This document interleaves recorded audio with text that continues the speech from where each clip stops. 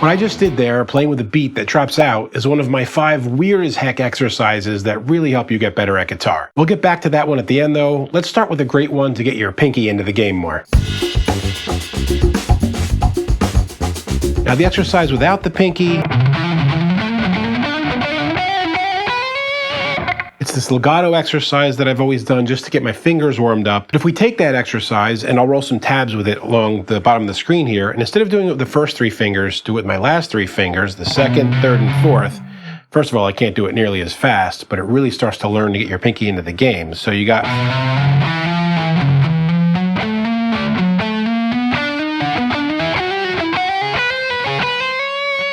Work that one with the metronome a few times every day.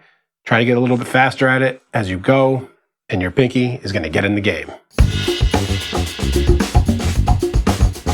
This one falls under one of my most important tips in general, which is to break things into smaller parts. If you're struggling with something, simplify, simplify, simplify. And here we're getting your alternate picking up to snuff by eliminating everything else but the picking itself. So if you take something where you're going to alternate pick, like taking a major scale, and you want to get your right hand working much better, eliminate everything you're doing with the left hand and just practice. It sounds ridiculous, but you can focus on this and focus on keeping your forearm relaxed and get everything going in the correct direction with this hand. And then maybe you work on the left hand separately too and eventually bring them together. And like with everything, work with the metronome or a drum beat, whatever, in a certain tempo, work your way up little bits at a time. And again, it's just the right hand. That way you can focus on getting it right. What note is this? How about this? What if I tell you to find an F sharp on a B string? How quickly can you grab it? If you want to get really good at the notes you're playing, you'll need to team up with a friend and make some flashcards. Or get a notebook like this, where you can write it big on a piece of paper, and then flip through them, and write down something like G string, 7th fret, name the note. Or write down something in reverse like G flat, E string. Then you have your friend hold them up, or flipping through the pages, and see how fast you can find that note or name that note. And it works even better if you make yourself have to get it within, say, 4 metronome clicks at whatever tempo you want to start at. Start slow until you get good at it. You'll be amazed at how fast you get good at finding notes all over the fretboard or naming them when you turn this into a drill that's based on a time like that. And also, by the way, if you like a notebook like this, you can grab it on my Etsy store. I know I keep plugging it, but I'm having a bunch of fun making cool guitar stuff on there, and so I'll put the link below.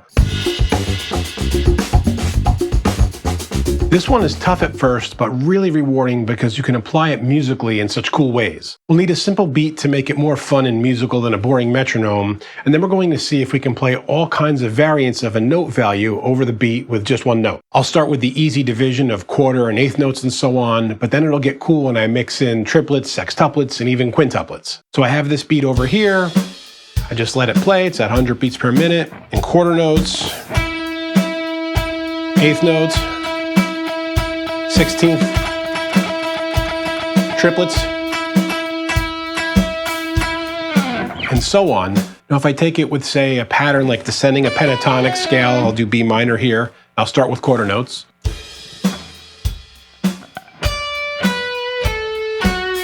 Eighth, 16th, triplets, quintuplets. Now what you want to get good at is mixing it together into a musical fashion so that you can really start to take note values and turn it into something that's usable.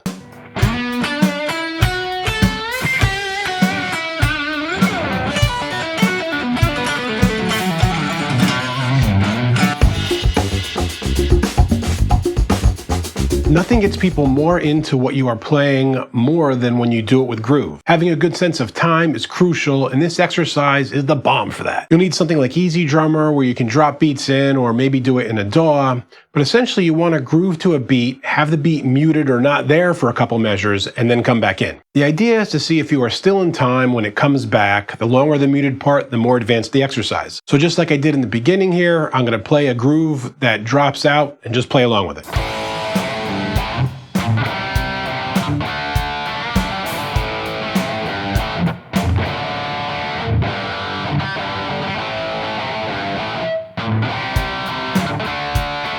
So basically, you're looking to see if you didn't speed up or slow down in the empty space. You can do it with leads or rhythms. I sped up a tiny bit there and had to adjust, but I wasn't too far off.